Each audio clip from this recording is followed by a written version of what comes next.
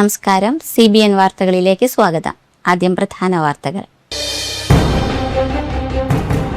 മുൻ പ്രധാനമന്ത്രി രാജീവ് ഗാന്ധിയുടെ രക്തസാക്ഷിത്വ വാർഷികത്തോടനുബന്ധിച്ച് കോൺഗ്രസ് മേഖലാ കമ്മിറ്റിയുടെ നേതൃത്വത്തിൽ എടലക്കാട് ജംഗ്ഷനിൽ രാജീവ് ഗാന്ധി അനുസ്മരണവും പ്രതിഭാ പുരസ്കാര സമർപ്പണവും സംഘടിപ്പിച്ചു.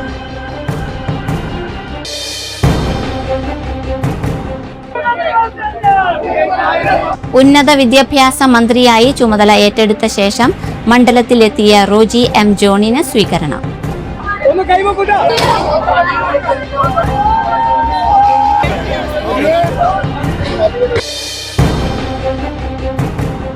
വെള്ളാപ്പള്ളി നടേശനെതിരെ നിയമ നടപടി സ്വീകരിക്കാൻ പാർട്ടി അനുമതി തേടിയതായി റിപ്പോർട്ട്.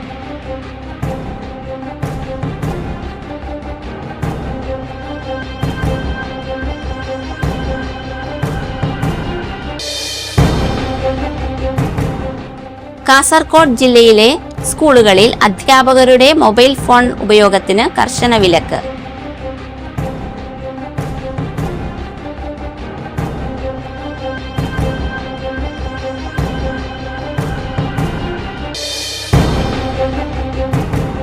സംസ്ഥാനത്ത് സ്വർണ്ണവില വീണ്ടും കൂടി. പവന് 360 രൂപയാണ് വർദ്ധിച്ചത്.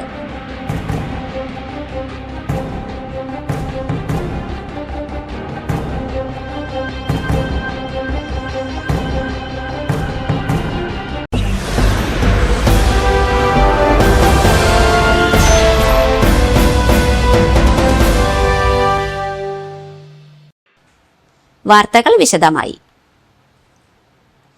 മുൻ പ്രധാനമന്ത്രി രാജീവ് ഗാന്ധിയുടെ രക്തസാക്ഷിത്വ വാർഷികത്തോടനുബന്ധിച്ച് കോൺഗ്രസ് മേഖലാ കമ്മിറ്റിയുടെ നേതൃത്വത്തിൽ എടലക്കാട് ജംഗ്ഷനിൽ രാജീവ് ഗാന്ധി അനുസ്മരണവും പ്രതിഭാ പുരസ്കാര സമർപ്പണവും സംഘടിപ്പിച്ചു.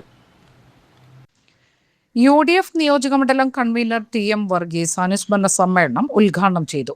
ഗ്രാമപഞ്ചായത്ത് അംഗം മിനി വർഗീസ് അധ്യക്ഷത വഹിച്ചു. മൂക്കന്നൂർ പഞ്ചായത്ത് വൈസ് പ്രസിഡന്റ് ബിജു പാലാട്ടി അനുസ്മരണ പ്രഭാഷണം നടത്തി. SSLC പരീക്ഷയിൽ എല്ലാ വിഷയങ്ങൾക്കും A+ നേടിയ ഡോൺ ജോജി, S. സാരംഗ്, ഹന്ന ലാലു, ജീവ ടോജി, അൽവിദ സേതു, CBSE പരീക്ഷയിൽ മികവ് പ്രകടിപ്പിച്ച KF ആൻബല്ല, അഞ്ജുഷ ഷൈജു, ICSE പരീക്ഷയിൽ മികവ് പ്രകടിപ്പിച്ച നെവിൻ ജോബി എന്നിവർക്ക് രാജീവ് ഗാന്ധി പ്രതിഭാ പുരസ്കാരങ്ങൾ നൽകി ആദരിച്ചു.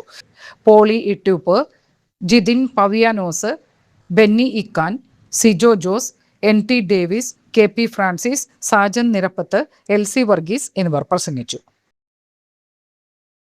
ഉന്നത വിദ്യാഭ്യാസ മന്ത്രിയായി ചുമതല ഏറ്റെടുത്ത ശേഷം മണ്ഡലത്തിലെത്തിയ റോജി M. ജോണിന് സ്വീകരണം.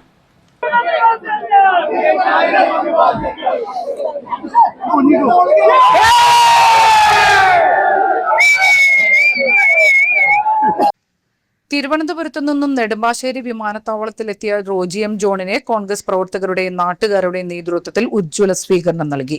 ബെന്നി ബെഹനാൻ MP, അങ്കമാലി നഗരസഭ ചെയർപേഴ്സൺ റീത്ത പോൾ, കോൺഗ്രസ് നിയോജകമണ്ഡലം പ്രസിഡന്റ് TM വർഗീസ് തുടങ്ങിയവർ നേതൃത്വം നൽകി.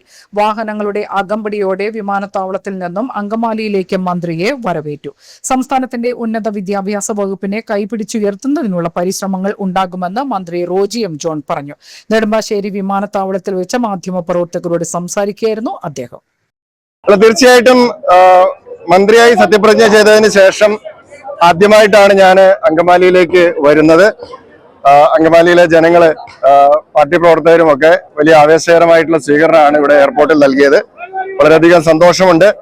ഞാൻ ഇന്ന് ഒരു മന്ത്രിയായിട്ടുണ്ടെങ്കിൽ അല്ലെങ്കിൽ എന്റെ രാഷ്ട്രീയ ജീവിതത്തിൽ ഞാൻ എവിടെയെങ്കിലുമൊക്കെ എത്തിയിട്ടുണ്ടെങ്കിൽ അതെല്ലാം കാരണം അങ്കമാലിയിലെ എനിക്ക് ഏറ്റവും പ്രിയപ്പെട്ട എന്റെ ജനങ്ങളും അതുപോലെ തന്നെ എന്നെ സ്നേഹിക്കുന്ന ഇവിടുത്തെ പ്രവർത്തകരും ഒക്കെയാണ്. അപ്പോൾ അവരോടുള്ള പ്രത്യേകമായ നന്ദി ഞാൻ അറിയിക്കുകയാണ്. പിന്നെ വളരെ ഭാരിച്ചൊരു ഉത്തരവാദിത്തമാണ് ലഭിച്ചിരിക്കുന്നത്. ഇന്നത്തെ സാഹചര്യത്തിൽ കേരളത്തിൽ ഏറ്റവും കൂടുതൽ ശ്രദ്ധ ആവശ്യമായിട്ടുള്ള ഒരു വകുപ്പാണ് ഉന്നത വിദ്യാഭ്യാസ വകുപ്പ്. അതിന്റെ എല്ലാ പ്രാധാന്യവും ഉൾക്കൊണ്ടുകൊണ്ട് നമ്മുടെ സംസ്ഥാനത്തിന്റെ ഉന്നത വിദ്യാഭ്യാസ മേഖലയെ കൈപിടിച്ചുയർത്തുന്നതിന് വേണ്ടിയിട്ടുള്ള എല്ലാ പരിശ്രമവും ഒരു മന്ത്രി എന്ന നിലയിൽ ഈ സർക്കാരിന്റെ ഭാഗമായി നിന്നുകൊണ്ട് എന്റെ ഭാഗത്തുനിന്നുണ്ടാവും.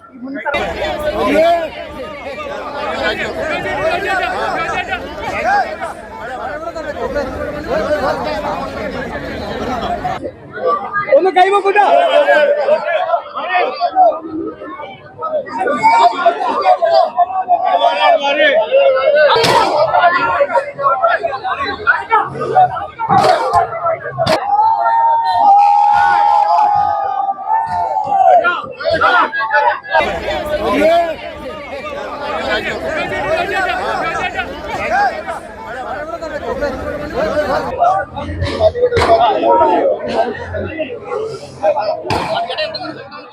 വെള്ളാപ്പള്ളി നടേശനെതിരെ നിയമ നടപടി സ്വീകരിക്കാൻ പാർട്ടി അനുമതി തേടിയതായി റിപ്പോർട്ട്.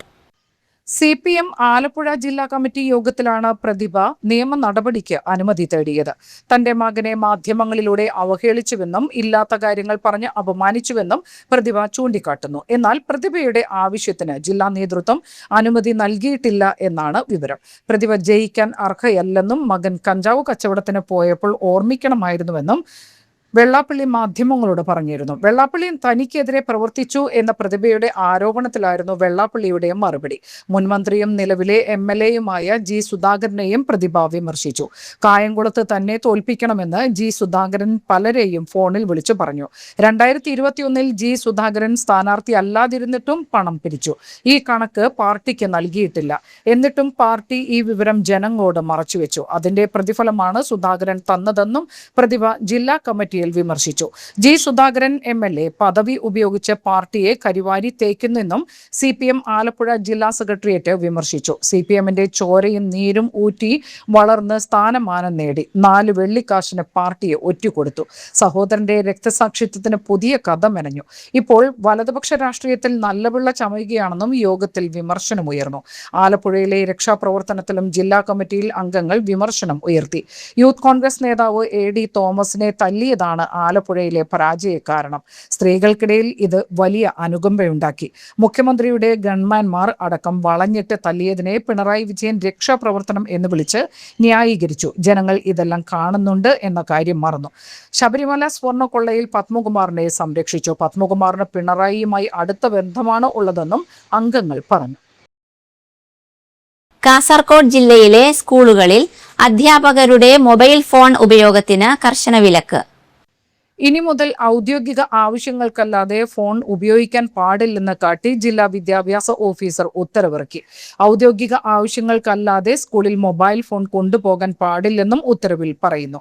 അധ്യാപകർ ജോലി സമയത്ത് മൊബൈൽ ഫോൺ ഉപയോഗിക്കുന്നുവെന്നും ഇത് കുട്ടികളുടെ പഠനത്തെയും സ്വഭാവ രൂപീകരണത്തെയും ബാധിക്കുന്നതുമായുള്ള പരാതിയെ തുടർന്നാണ് നടപടി. സ്കൂളിൽ ഫോൺ ഉപയോഗിക്കരുതെന്നും സോഷ്യൽ മീഡിയയിൽ ഇടപെടരുതെന്നും അധ്യാപകർക്ക് കർശന നിർദ്ദേശമുണ്ട്. വിദ്യാഭ്യാസ ഓഫീസറുടെ സന്ദർശന വേളയിൽ ഇത്തരം കാര്യങ്ങൾ ശ്രദ്ധയിൽപ്പെട്ടാൽ കടുത്ത അച്ചടക്ക നടപടി സ്വീകരിക്കുമെന്നും ഉത്തരവിൽ മുന്നറിയിപ്പ് നൽകുന്നു. ക്ലാസ് സമയമല്ലാത്തപ്പോൾ മൊബൈൽ ഫോൺ അധ്യാപകർക്ക് കയ്യിൽ വയ്ക്കാം. സ്കൂളിൽ മൊബൈൽ ഫോൺ ഉപയോഗിക്കുന്നില്ലെന്നും വ്യക്തിപരമായ ആവശ്യങ്ങൾക്ക് ഫോണിൽ സമയം ചെലവഴിക്കുന്നില്ലെന്നും സോഷ്യൽ മീഡിയ പ്ലാറ്റ്ഫോമുകളിൽ ഇടപെടുന്നില്ലെന്നും പ്രധാന അധ്യാപകർ ഉറപ്പുവരുത്തണമെന്നും പ്രസ്താവനയിൽ പറയുന്നു. കാസർഗോഡ് വിദ്യാഭ്യാസ ജില്ലയിലെ എല്ലാ ഹൈസ്കൂൾ അധ്യാപകർക്കും ഇത് ബാധകമായിരിക്കുമെന്നും ഉത്തരവിൽ വ്യക്തമാക്കുന്നു. ഇസാഫ് ഫൗണ്ടേഷനും ചാലക്കുടി നഗരസഭയും സംയുക്തമായി ഖാദി ആൻഡ് വില്ലേജ് ഇൻഡസ്ട്രീസ് കമ്മീഷന്റെ സഹായത്തോടെ വനിതകൾക്കായി നടത്തിയ ത്രിദിന വനിതാ സംരംഭകത്വ വികസന പരിശീലനം സമാപിച്ചു. ടൗൺ ഹാളിൽ നടന്ന സമാപന സമ്മേളനം നഗരസഭാ അധ്യക്ഷ ആലിസ് ഷിബു ഉദ്ഘാടനം ചെയ്തു. 44 വനിതകൾ പങ്കെടുത്ത പരിശീലനത്തിൽ 15 തരം അച്ചാറുകൾ തയ്യാറാക്കി. ESAF foundation assistant director Sajeev Isaac അധ്യക്ഷത വഹിച്ചു. സ്കിൽ ലീപ് ഹെഡ് ജസ്റ്റിൻ ലൂക്കോസ്, ട്രെയിനർ ലിജ ബെന്നി, നഗരസഭ ആരോഗ്യ സ്റ്റാൻഡിംഗ് കമ്മിറ്റി ചെയർപേഴ്സൺ ഷിഫ സന്തോഷ്, കൗൺസിലർ അൽഫോൺസ ചാക്കോ, ജില്ലാ project coordinator Shiny Jose, ESAF foundation project assistant KP Anuja എന്നിവർ സംസാരിച്ചു. ഒരു വയോമിത്രവുമായി ബന്ധപ്പെട്ട് ഡിമെൻഷ്യയെ കുറിച്ചിട്ടുള്ള ഒരു പരിപാടി വയ്ക്കാൻ വേണ്ടിയിട്ട് ഇസാഫ് ഫൗണ്ടേഷൻ്റെ പ്രിയപ്പെട്ട അനുജയും പ്രിയപ്പെട്ട ഷൈനി ജോസും ഒക്കെ നഗരസഭയിൽ വന്നപ്പോൾ നമ്മൾ ചാലക്കുടി മുനിസിപ്പാലിറ്റി നേരത്തെ തന്നെ ആ ഒരു പദ്ധതി വിഭാവനം ചെയ്യുകയും അത് ഒരു ബഹുദൂരം നമ്മുടെ വയോമിത്രം ആളുകൾക്ക് അതിൻ്റെ ഒരു കാര്യങ്ങളൊക്കെ മുന്നോട്ട് പോയി വളരെ സക്സസ് ആയി നമുക്കെല്ലാവർക്കും അറിയാം. പക്ഷേ ചില സാങ്കേതിക കാരണങ്ങളാൽ തുടർന്ന് പോകാൻ സാധ്യമല്ലാത്ത ഒരു സമയത്താണ് ഇവർ ഈ സ്റ്റാഫ് നമ്മുടെ നഗരസഭയിൽ വരുന്നത്.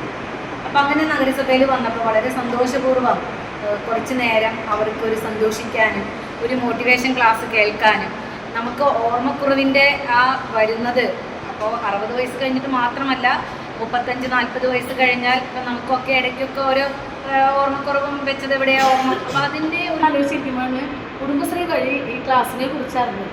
ഞങ്ങളുടെ അവിടുന്ന് ഒറ്റ ആളും വന്നിട്ടില്ല എൻ്റെ അറിവിൽ. ഒരാളോട് ചോദിച്ചപ്പോൾ ആർക്കും അറിവില്ല എന്ന് പറഞ്ഞു.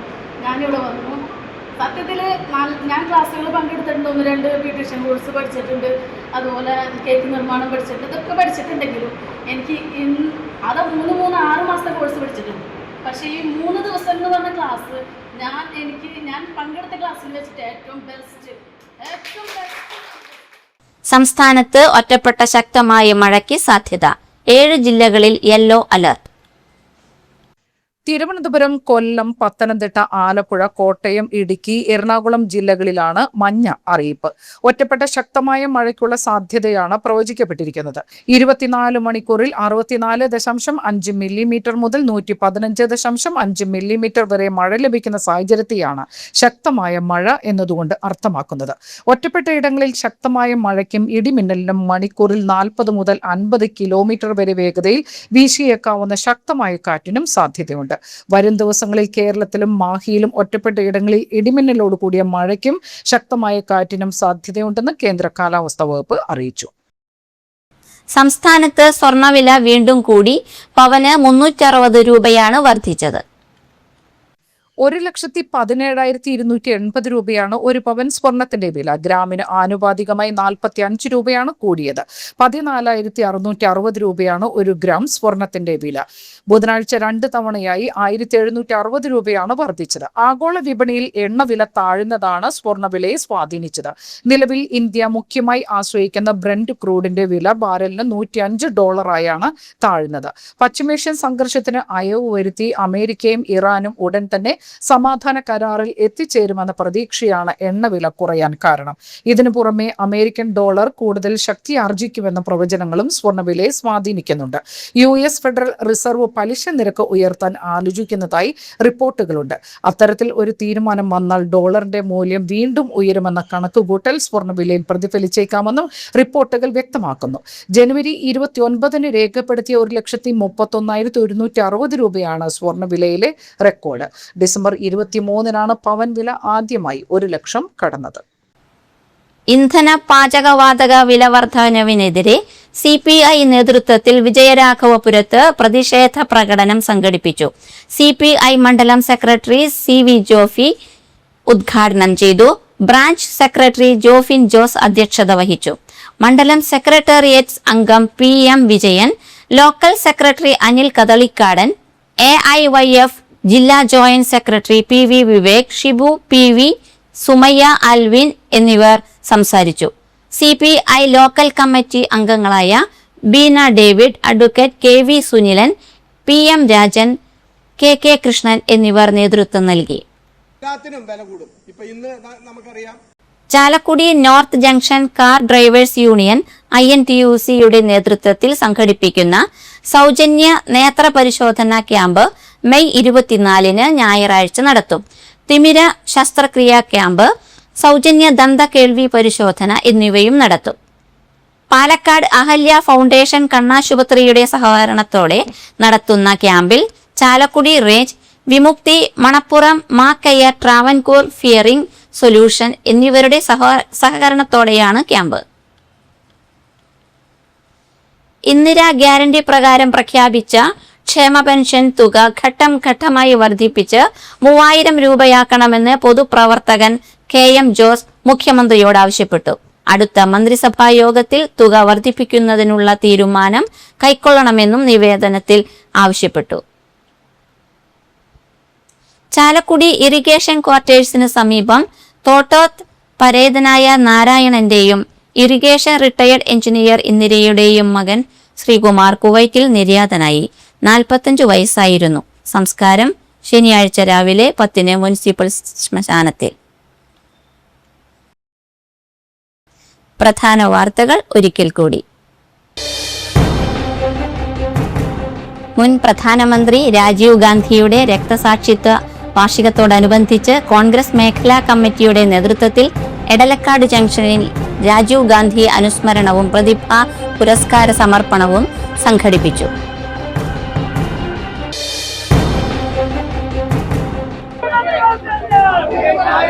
ഉന്നത വിദ്യാഭ്യാസ മന്ത്രിയായി ചുമതല ഏറ്റെടുത്ത ശേഷം മണ്ഡലത്തിലെത്തിയ റോജി എം ജോണിന് സ്വീകരണം.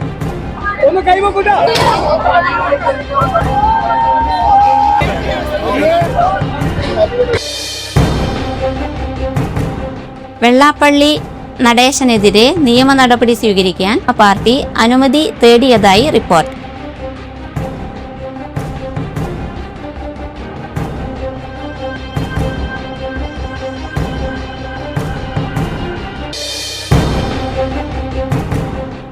കാസർഗോഡ് ജില്ലയിലെ സ്കൂളുകളിൽ അധ്യാപകരുടെ മൊബൈൽ ഫോൺ ഉപയോഗത്തിന് കർശന വിലക്ക്.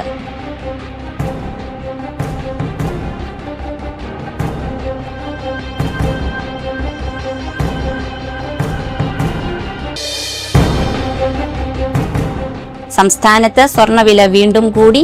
പവന് 360 രൂപയാണ് വർദ്ധിച്ചത്.